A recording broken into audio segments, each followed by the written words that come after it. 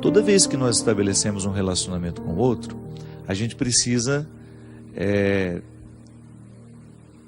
ter consciência de que a relação com o outro só é boa a partir do momento em que a relação que a gente tem com a gente já está suficientemente estabelecida.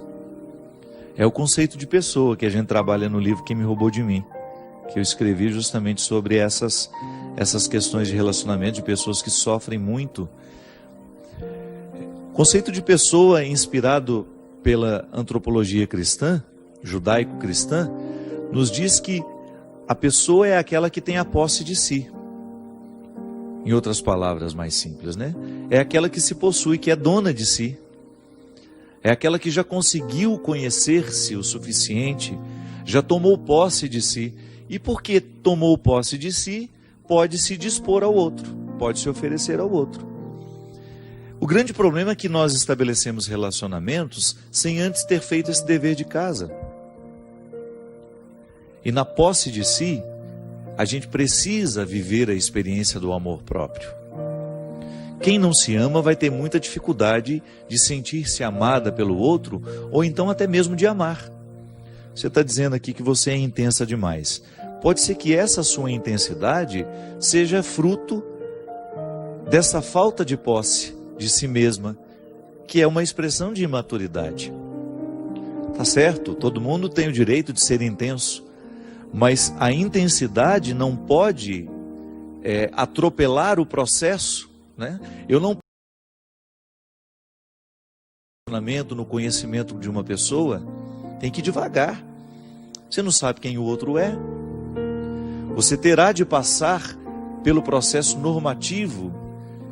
Isso é a norma, né? Faz parte de todo o processo de conhecer alguém, dar os passos gradativos. A intensidade já pode ser expressão de uma imaturidade que você alimenta. Precisa ter muito cuidado quando você vai estabelecer um relacionamento com o outro, colocando a sua intimidade, a intimidade do seu coração, colocando seus sentimentos. Então, às vezes não dá certo por isso. Eu ainda não amadureci o suficiente para poder oferecer-me ao outro. Você tem 24 anos, você é muito jovem ainda, e é provável que você vá aprendendo com o tempo. Agora veja bem, esse sofrimento que você passa ao outro, hoje, já que você identificou que ele aconteceu da mesma forma nos outros relacionamentos, significa que pode ser que o erro esteja justamente na maneira como você administra esses relacionamentos. Nós não podemos ficar repetindo conscientemente os mesmos erros. Tenha coragem de colocar para você, de identificar como é que você erra ao estabelecer o relacionamento com o outro. Onde é que você peca, poderíamos dizer, né? Não no sentido de pecado que precisa ser confessado ao padre, não. Mas aquele pecado que você peca contra você mesmo. Você abre mão demais do seu mundo para ter o outro na sua vida? Que às vezes é assim. O namoro começa e você imediatamente abre mão do seu mundo porque você quer agradar o outro. Você abre mão das realidades que você tem, daquelas que já faziam parte de você. Às vezes existem relacionamentos em que os cônjuges exigem até que o outro deixe os seus amigos de lado. Não é possível isso.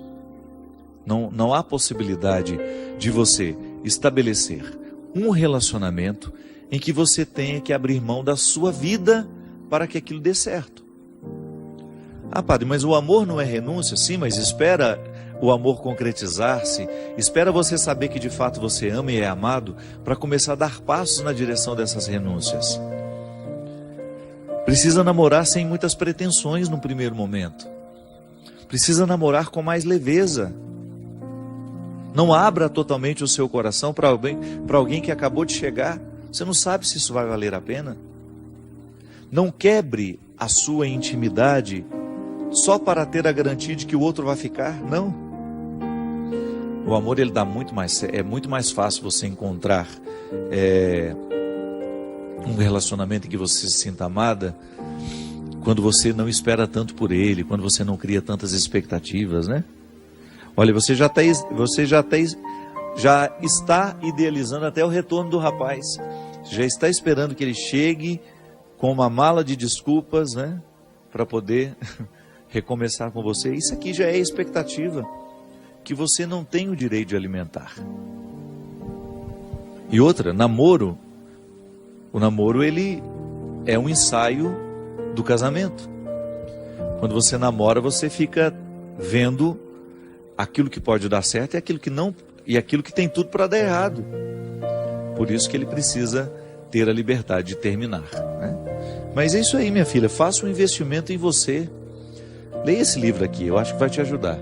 Se você não tiver tido a oportunidade de conhecer esse livro, Quem Me Roubou de Mim, é uma leitura que eu acho que pode ser positiva para todo mundo que passa a dificuldade de amar demais ou de amar de menos e de não ser capaz de estabelecer vínculos duradouros. Aliás, essa é uma característica dos nossos dias, né? É impressionante como os vínculos são cada vez mais transitórios. Nós temos dificuldade de fazer com que um relacionamento quebre aquela primeira barreira da superficialidade, que ele fique fecundo. E não é só namoro, não. Até um relacionamento de amizade passa por esse risco. Como é difícil a gente alimentar uma amizade profunda. Por quê? Primeiro porque os ambientes que a gente frequenta nem sempre nos proporcionam uma conversa que nos faz ficar amigos. É sempre tudo muito conturbado, sempre todo mundo muito distraído com os celulares e todo mundo, cada um estabelecendo conversas paralelas. Você está conversando com uma pessoa, ela está ali digitando coisas no celular dela e prestando atenção em você ao mesmo tempo. Então nós somos muito superficiais, estamos vivendo de maneira muito superficiais. É natural que os nossos relacionamentos também entrem pela mesma perspectiva, né? Não é possível a gente criar vínculos fecundos com tanta superficialidade. É uma mudança de vida mesmo. Passa pelo conceito de conversão. Interessante, né? A conversão que Jesus nos propõe é justamente a gente ir cada vez mais tomando posse do nosso coração. É um movimento de profundidade, veja bem. É um movimento que faz com que a gente tenha uma busca interior que nunca vai terminar. A superficialidade tem fim, a profundidade não. Quando você opta por viver uma busca de amadurecimento, por exemplo, como essa menina aqui, por que os meus relacionamentos não dão certo? É preciso investigar-se.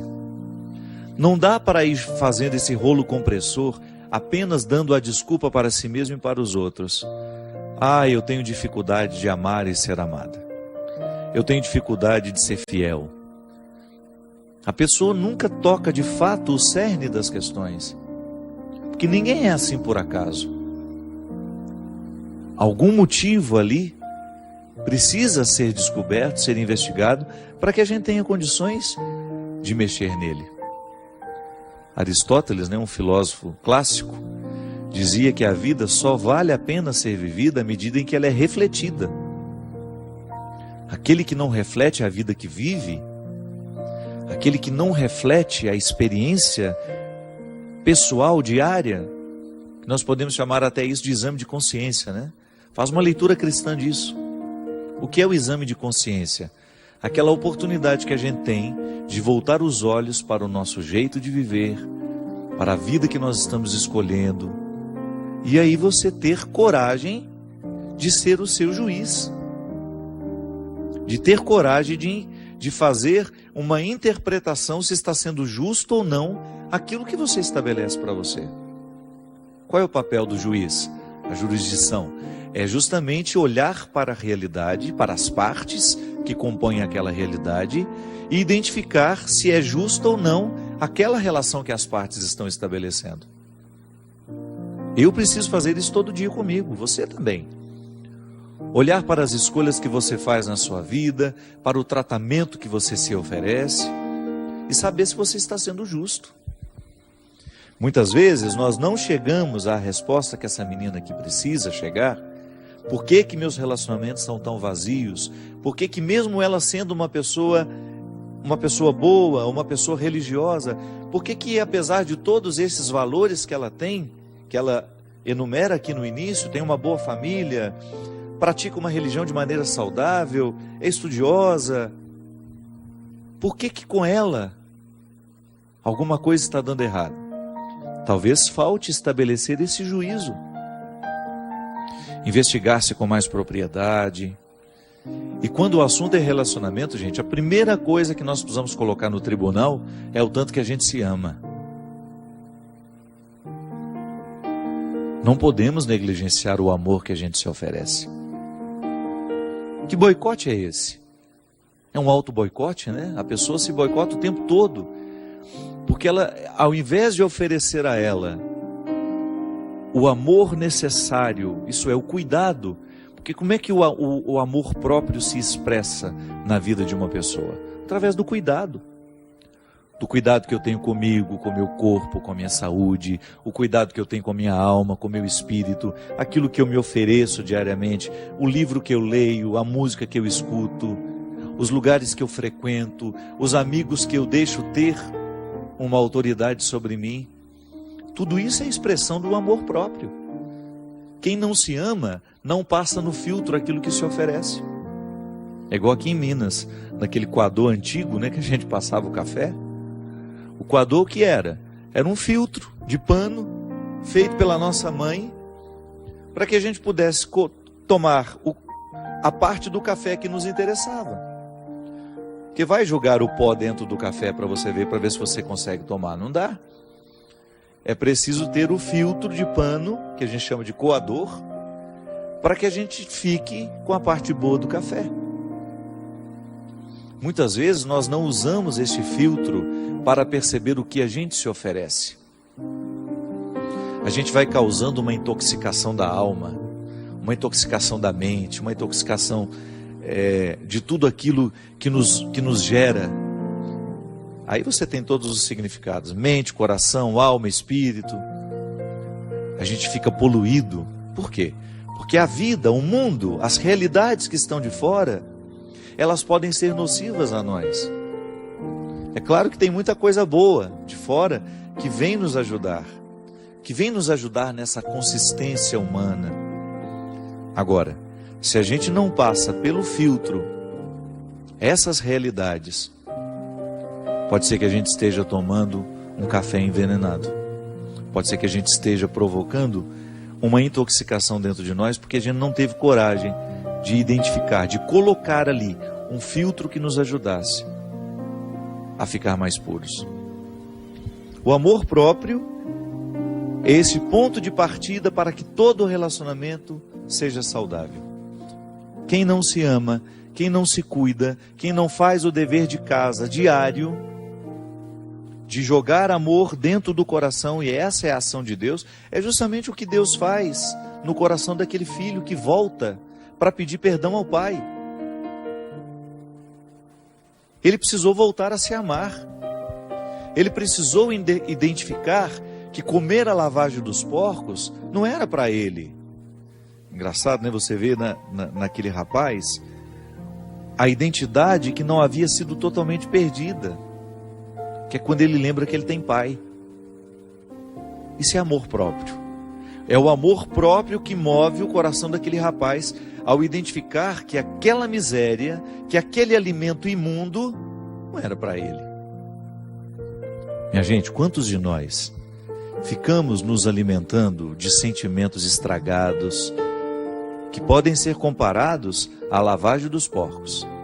Quantas vezes eu encontro pessoas bonitas, nutridas, com relacionamentos precários, tóxicos, viciantes, aquele pseudo-amor, né? Aquele falso amor, que pode ser comparado a uma lavagem de porco, aquele namoro que não é outra coisa senão um chiqueiro, não há nada de puro naquilo, a pessoa se maltrata o tempo todo só para ter a companhia do leitão, né?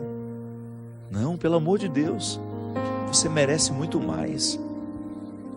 A pessoa só se recupera no momento em que ela olha para o espelho e vê a face desfigurada e diz para ela mesma: eu não mereço esse tratamento. Isso corrigiria tantas coisas dentro dos namoros, dentro das relações de casamento, porque também no casamento acontece isso.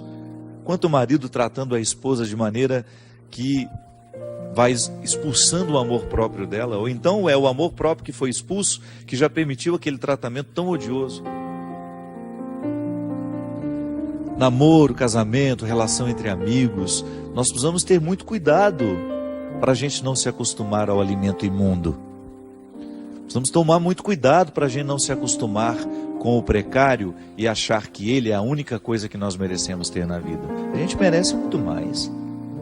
Merece no sentido de ver que há uma dignidade em mim, em você, que não pode ser nunca, em hipótese alguma, pode ser esquecida. Essa dignidade também chama-se amor próprio.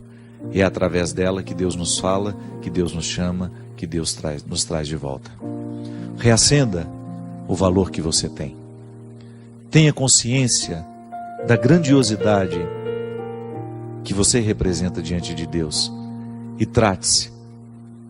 Trate-se da mesma forma como Ele te trata, com amor e com respeito. Derrame o Deus Todo-Poderoso sobre todos nós a bênção e a proteção do céu.